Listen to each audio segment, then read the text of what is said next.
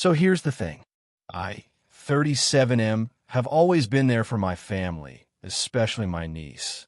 She's 13, and her mom, my sister-in-law, has had a rough go of it since my brother passed a few years back. I stepped in where I could, helped with expenses, made sure my niece didn't go without. I never thought twice about it, honestly. Family's family, right? Anyway, the day this all went down started like any other. I was heading home after a regular day at work, looking forward to putting my feet up and maybe watching some TV. But as soon as I walked through the door, I noticed something was off. My phone was ringing nonstop. I checked it and saw a few missed calls from my sister-in-law and some messages too, though none of them made much sense. She just kept saying, "You need to pick up. It's serious, and you're in trouble." No context, nothing. Now, I'll admit, I brushed it off at first. I figured it was some drama with her finances or whatever. She'd been in and out of financial messes lately, and I'd had to bail her out before, so I ignored it. Figured I'd call her back later once I'd settled in. But then, maybe an hour later, I got another call, but this time it was from a blocked number. I answered, figuring it was some scam call. But then the person on the other end said, "Hello, is this my name? This is Detective so-and-so. We need you to come down to the station." That got my attention. I can't even explain the dread that crept up. It's that feeling where you know something's seriously wrong and you have no clue what it is, but your gut is just screaming at you. I asked what was going on, but they wouldn't tell me anything over the phone, just insisted I come down as soon as possible. So I grabbed my keys and went straight to the station, trying to mentally run through every possible reason I could be there. But I couldn't come up with anything that made sense. When I got there, they led me into one of those cold, sterile rooms with a metal table and chairs, and the whole atmosphere made me feel like I was in some bad crime show. The detective sat down across from me, looking dead serious, and asked if I knew why I was there. I said no, but by that point, my mind was racing, trying to piece together what the hell was going on. Then he told me. He said my niece had come forward with some serious accusations against me. I didn't understand at first, just blinked at him, trying to process, but when he repeated himself and explained exactly what she was claiming, I felt like I'd been punched in the gut. She was accusing me of something I wouldn't even repeat out loud, something that honestly made my skin crawl just hearing it. I was stunned, completely frozen in shock. My first instinct was to deny it, of course. I told the detective this had to be some kind of mistake, that I'd never do anything like that, and that I couldn't believe she'd say something so horrible. I mean, this was my niece, a kid I'd practically helped raise since her dad passed. It just didn't make any sense.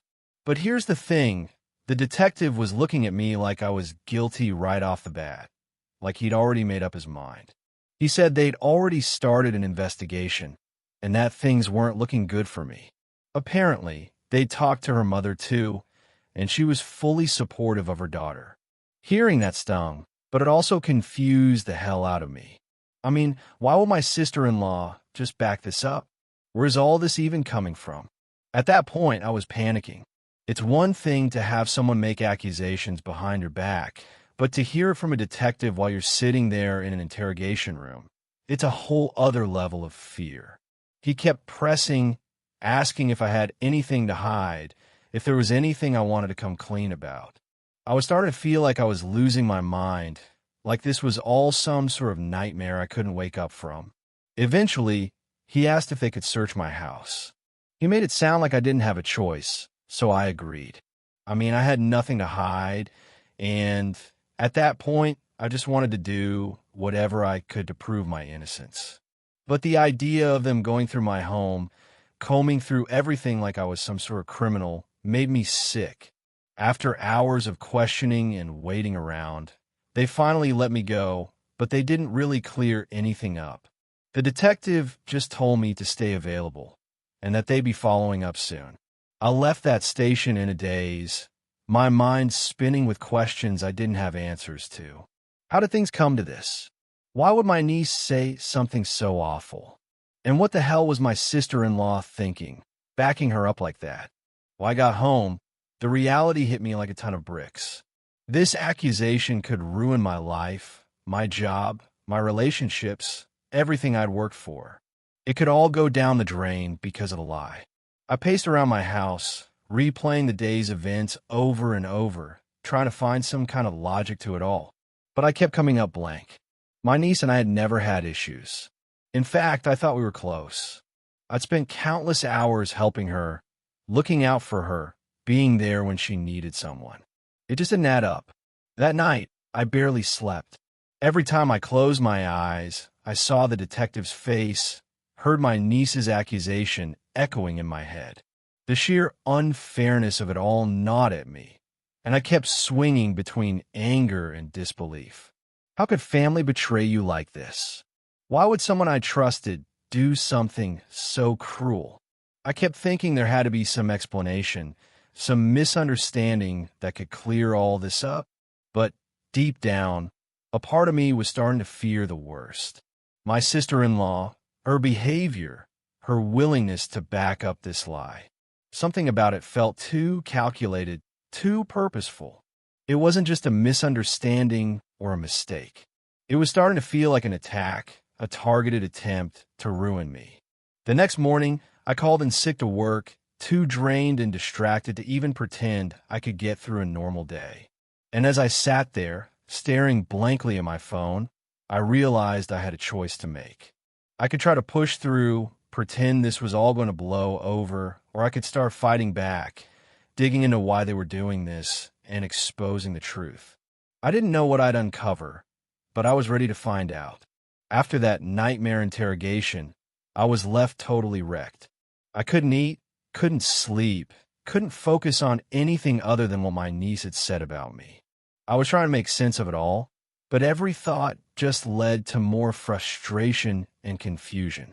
How could a kid I'd helped so much suddenly turn on me like this?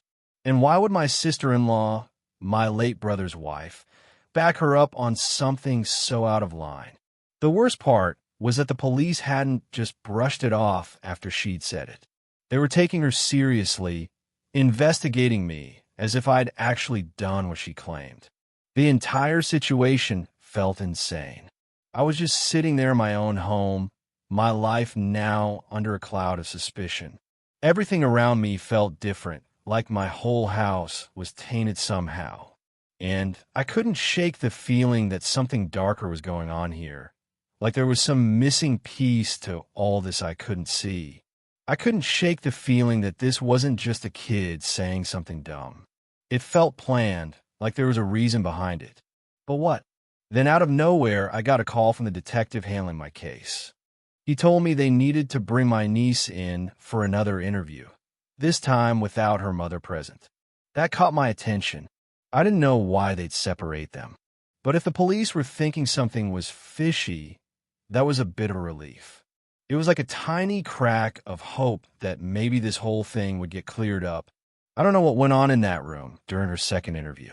All I know is that a couple of hours later, I got a call that changed everything. The detective sounded different, like he was suddenly on my side. He told me that my niece had admitted to making the accusation up. I felt the air leave my lungs. She made it up? I mean, I wanted it to be false, obviously, since it was a lie. But hearing it confirmed was just something else. I felt a strange mix of relief, anger, and honestly, just pure betrayal. I asked him what she'd said, why she would lie like that. But he said he couldn't give all the details over the phone. All he told me was that her mom, my sister-in-law, had pressured her into it. Hearing that, I can't describe it. There's this saying, blood is thicker than water, right? But in that moment, I felt like my own family had thrown me under the bus without a second thought. My sister-in-law had pushed her own daughter, her own kid, to lie and say that I'd done something unforgivable. For what? It didn't make any sense. When I met with the detective in person, he laid it all out. My niece had confessed that her mom told her to make the accusation because they needed money, and my sister-in-law thought this would be an easy way to blackmail me. The entire plan was to force me into a corner where I'd be so scared of the damage to my reputation that I'd pay up, stay quiet, and save my own skin. I sat there, stunned, while he explained it. Every word was like a stab in the back. I'd always known that my sister-in-law had struggled with finances after my brother died. That's why I'd stepped in so many times to help. Groceries, clothes for my niece, a little extra here and there to make sure they were okay. And she'd turned that against me, weaponized it to try to squeeze even more money out of me. The detective explained that. In her statement, my niece said she tried to push back at first. She knew it was wrong, she said, and she was scared to do it. But her mom had told her that they had no other options, that this was the only way. Imagine that, a 13-year-old being told by her own mother to do something so messed up because it was the only way. I was disgusted. I'd always thought I knew my sister-in-law. I mean, she's family. She married my brother, and when he passed, I felt like it was my duty to step in, to be there for them. But hearing how she manipulated her daughter into saying something that could destroy my entire life, I couldn't wrap my head around it. How desperate, how selfish do you have to be to put your kid through that? The detective asked if I had any idea she might be in such deep financial trouble. I told him honestly that she'd mentioned money issues a few times, but nothing ever that extreme. She was always vague about it, saying she might need a little help, that sort of thing. And yeah, I'd helped her out before, but I had no idea she'd gotten to the point where she'd turn on me like this. I couldn't sit still. My hand was shaking, my mind racing. I kept thinking about all the times I'd trusted her, let her into my life, into my home. And now, knowing she was capable of this level of betrayal, it was unreal. I'd heard of people backstabbing each other for money, but this was my family. I never thought it had happened to me, let alone from the people I'd been bending over backward to help. And then there was my niece. I didn't know what to feel about her anymore. Part of me felt sorry for her. She's just a kid after all. But she'd still gone along with it. She'd still let those words leave her mouth, knowing full well what they could do to me. I couldn't stop picturing her face, the kid I'd helped raise, now forever associated with a lie that nearly shattered my life. The detective told me they'd follow up with my sister-in-law, but he couldn't guarantee anything. He said that even with my niece's confession, it'd be tricky proving the extent of my sister-in-law's involvement, especially if she tried to deny it. I was furious, but also powerless. The thought that she might somehow dodge the consequences for all this made me feel sick. I thanked the detective, shook his hand, and left the station. I walked home in a daze, still trying to process everything. I felt like I was split in two. On one hand, I was relieved that my name was cleared, that the lie had been exposed. On the other, I was filled with rage and sadness. This was my family. My own flesh and blood had tried to ruin me for money. When I got home, I just sat there in silence, replaying every moment over and over. The relief of being proven innocent was there, but it was buried under layers of anger, betrayal, and hurt. I didn't know what to do next. All I knew was that things would never be the same again. After finding out the truth from the detective, I barely kept myself together. The fact that my sister-in-law had gone so far as to use her own daughter to frame me, it's hard to explain what that feels like. The shock, the anger, the betrayal, it all just hit me in waves. But at the core of it, I knew what I had to do. I had to confront her. There was no way I could let this slide without hearing her pathetic excuse for why she thought any of this was even remotely okay. I didn't even bother calling. I drove straight to her place, my mind racing the whole way. I kept thinking of every moment over the past few years, every time I'd helped her out, every dollar I'd given to make sure they were okay. And she turned around and did this? My blood was boiling, and I didn't even know what I'd say when I saw her. All I knew was that I needed answers. When I got there, she answered the door looking surprised but not scared, which somehow made me angrier. Here she was, standing there like she hadn't just tried to ruin my life. I barely managed to hold myself back from exploding right then. Instead, I looked her dead in the eye and said, "We need to talk. Now." She tried to play it cool, giving me a fake smile and asking if I wanted to sit down, like this was some kind of normal conversation. I wasn't having it. "Why?" I asked, cutting to the chase. "Why would you do this? Why would you push your own daughter to make up something that's serious?" At first, she looked taken aback, like she hadn't expected me to be so direct. But then she recovered and gave me this tired, dramatic sigh. "Look," she said, "you don't understand how hard it's been. I'm a single mother, and things have been really rough since your brother passed. You have money, and I don't." "And stop," I interrupted. I didn't want to hear her excuses. "You tried to ruin my life. You told your daughter to accuse me of something disgusting. Do you have any idea what you were doing?" She crossed her arms and looked away, acting all defensive. "I didn't have a choice," she muttered, still not meeting my eyes. "You're well off, and we're struggling. I was desperate, okay? Desperate people do desperate things." I couldn't believe what I was hearing. Desperate people do desperate things? That's her reasoning? You thought dragging my name through the mud was an okay solution because you were low on cash? I practically yelled. "I've helped you every single time you've asked, and this is how you repay me?" She rolled her eyes, which only set me off even more. "Oh, please. You act like you've done so much for us, but a few handouts here and there don't exactly solve all my problems. I needed real help." Real help? I couldn't stop myself from laughing at how absurd this was. I've paid for groceries, clothes, school supplies, you name it. How much help are you planning to milk me for? She stayed silent, but her jaw was clenched, and she finally looked up at me, clearly annoyed. "It's easy for you to say. You don't know what it's like, struggling day in and day out. I thought if I could just scare you a little, maybe you'd finally give us what we actually need." Scare me? The word echoed in my head. You wanted to scare me into handing over money by having your daughter accuse me of something unforgivable. Do you understand how messed up that is?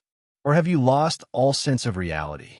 Her face hardened, and she said, "It wasn't supposed to go this far. I thought you'd just pay up quietly, maybe feel bad enough to help us out long term. You have to understand, I didn't mean for it to get out of hand like this." Get out of hand? I could feel my pulse pounding in my temples. "You told your daughter to accuse me of a crime.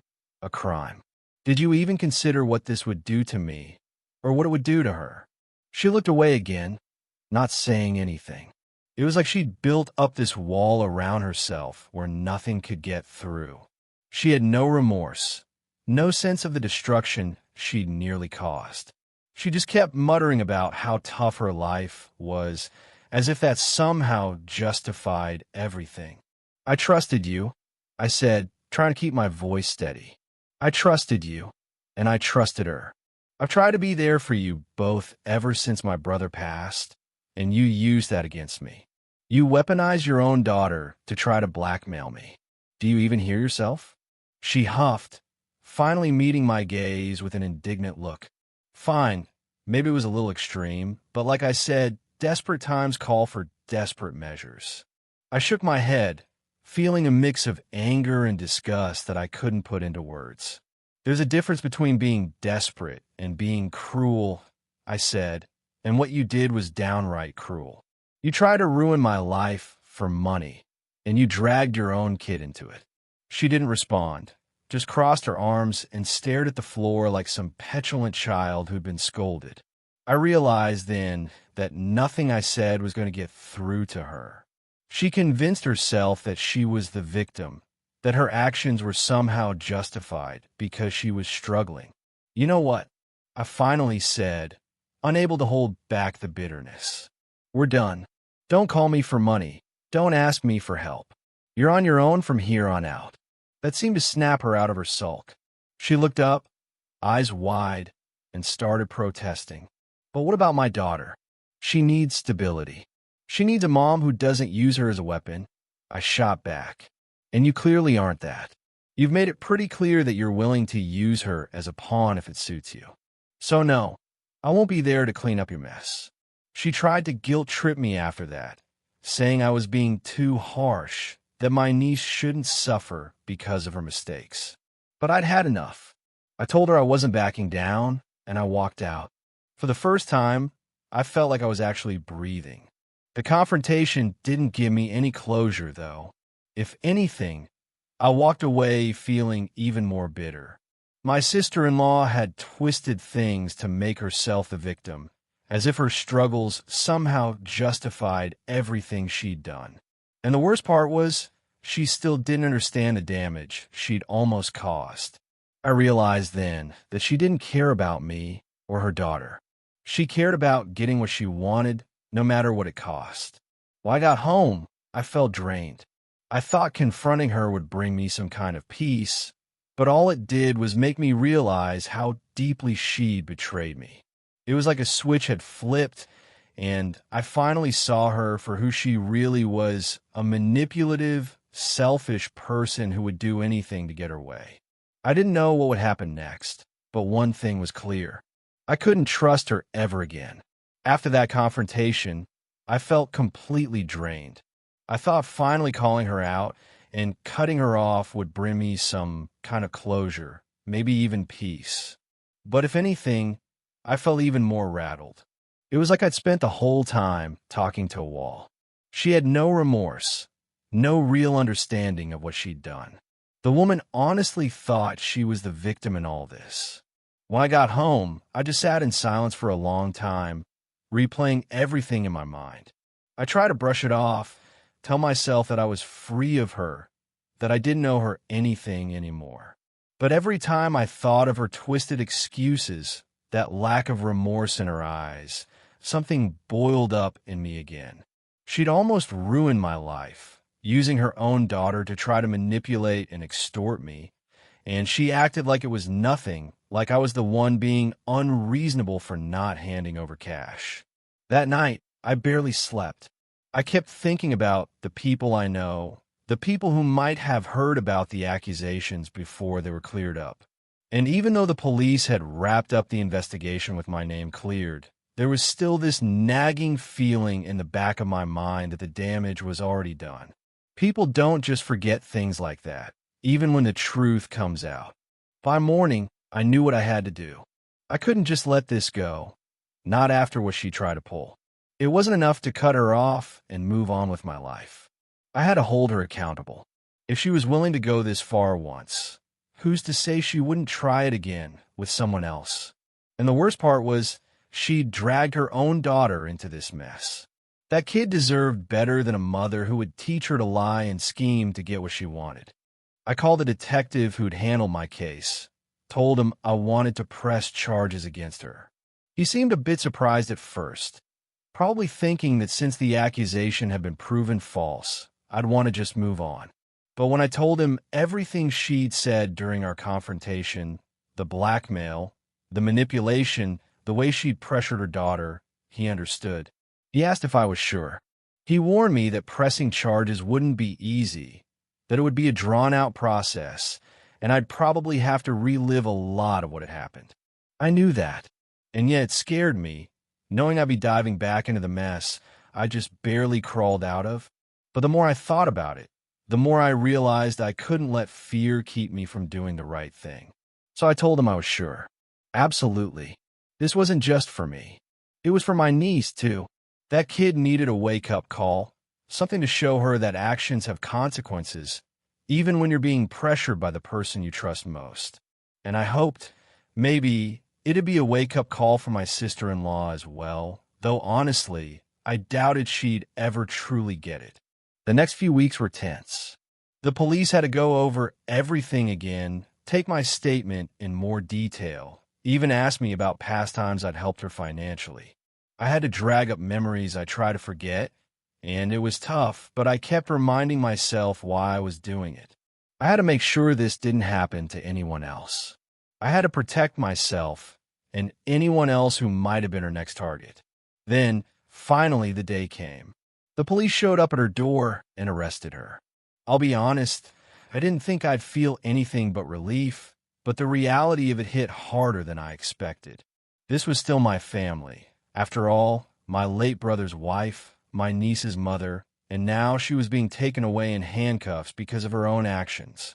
But the thought of what she almost did to me, how close she'd come to wrecking my life, kept me grounded. This was on her. A few people heard about the arrest, of course. Family talk spreads like wildfire. I got calls from relatives asking what happened, telling me I was out of line, saying I should have just let it go. But I explained everything from the accusation to the blackmail. And for the most part, people started to see things my way. Some still thought I was harsh, but others were shocked, especially when they realized my sister-in-law had used her own daughter to try and get to me. One relative actually told me, "You're doing the right thing. People need to learn there are consequences." That gave me some comfort, knowing at least a few people understood where I was coming from. The day after her arrest, I found myself thinking about my niece. I knew CPS would be involved now, that she'd probably be placed somewhere temporarily. Part of me felt responsible for her, guilty even. But then I remembered she'd been manipulated too. I couldn't protect her from the consequences of her actions, but maybe this would be her chance to see things clearly, to understand that her mother's actions weren't okay. But no matter how much I tried to rationalize it, it still stung. I had cared for that kid, treated her like my own, and she'd gone along with her mom's scheme without any thought for what it would do to me. It's not something you just get over. In the weeks that followed, I focused on rebuilding, trying to get back to some kind of normalcy. But the whole experience had left its mark. I was more cautious now, more guarded. Family didn't mean the same thing it used to. I'd learned the hard way that loyalty can be one-sided, and people you trust can turn on you for reasons you'll never understand. When I look back on that decision to press charges, there's no regret. I did what I had to do. I protected myself, and maybe in a way, I helped my niece too. I hope one day she'll realize that this was all because her mother took advantage of both of us. I hope it's a lesson she'll never forget. In the days after my sister-in-law's arrest, I felt like I was in this weird in-between place. Part relief, part regret, and a whole lot of anger that hadn't really gone anywhere. My family was pretty divided over what had happened. Some people thought I was completely in the right, and others thought I'd gone too far pressing charges against her, that I should have just let it slide and moved on. It was funny in a way. Everyone had an opinion, but no one really understood what I'd been through. I try not to let it bother me. At the end of the day, I knew why I'd done it. I couldn't let what she did go unpunished. Not when she comes so close to destroying my life, and honestly, I hoped it would teach my niece a lesson too, but even knowing that, it didn't make things easier. My family, the people I thought I could count on, felt like strangers now. Going back to work was strange. For a while, I felt like I had this label stuck to me, like everyone could see what I'd been through even if they didn't know the details. I know it was all in my head, but I couldn't shake it. I was hyper-aware of every interaction, wondering if people were thinking things or whispering behind my back.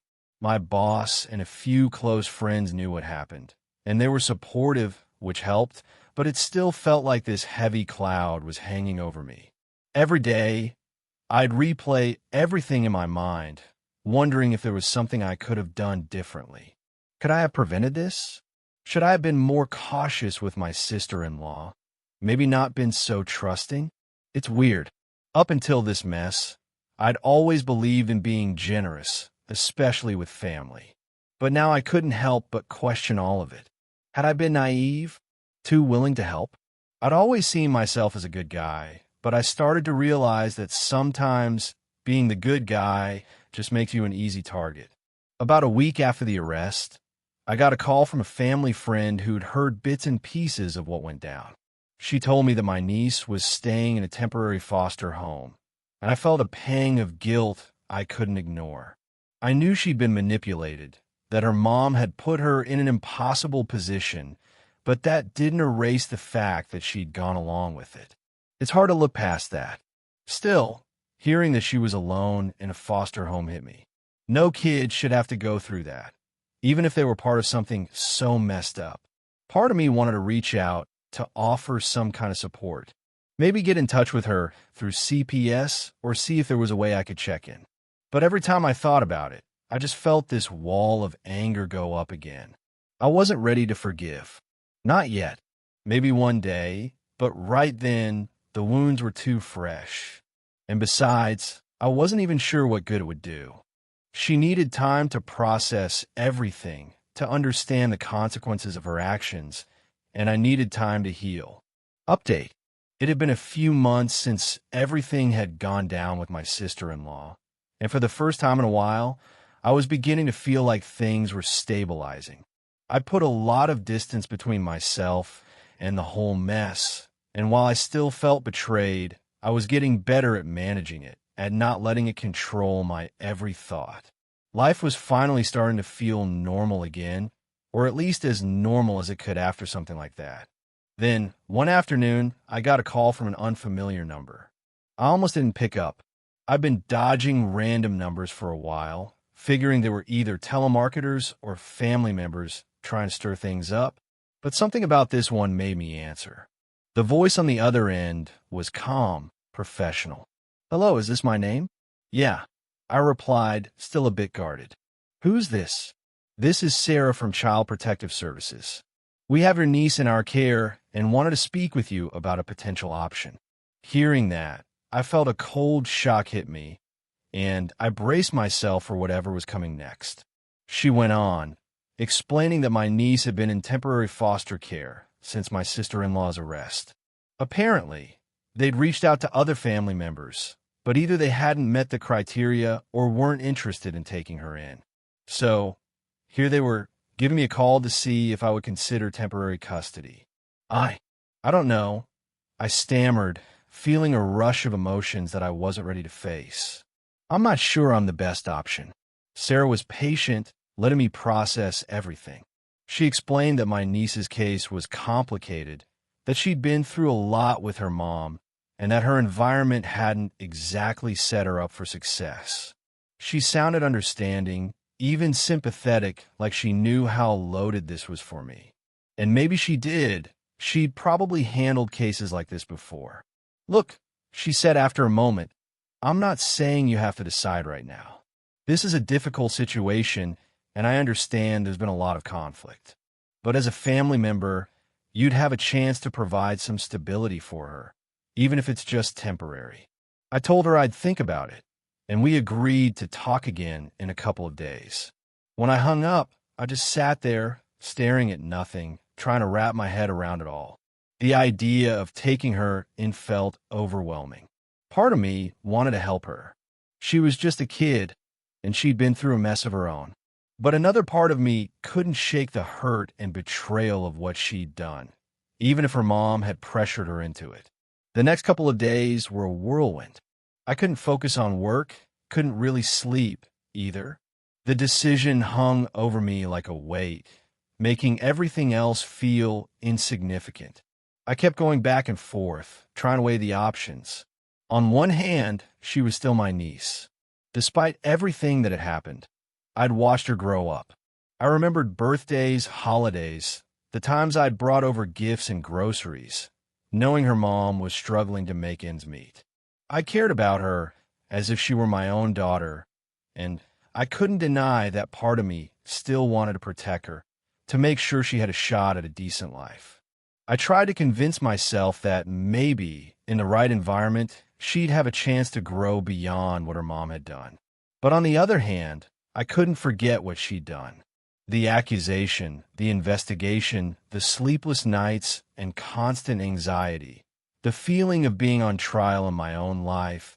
The way she'd looked at me with that cold, rehearsed gaze, saying things that had nearly destroyed me. It was hard to see her as an innocent kid after that, no matter how much I told myself she'd been manipulated. Part of me knew she was just a pawn, that she'd done what she was told, but that didn't erase the damage. My friends had mixed opinions. Some told me it wasn't worth reopening that wound, that it would be too painful, too risky to bring her into my life after what had happened.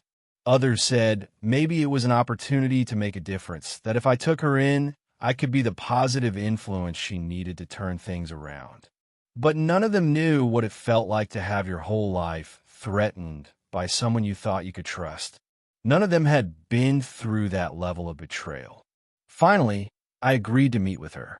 CPS arranged a supervised visit at their office, and I showed up, nervous and unsure what to expect. While I walked in, she was sitting there, looking smaller and more fragile than I remembered. Her eyes flicked up to mine, and for a second I saw a flash of fear, maybe even guilt. She mumbled, "Hi," barely looking at me. I sat across from her, unsure what to say. She looked different, more closed off, almost guarded.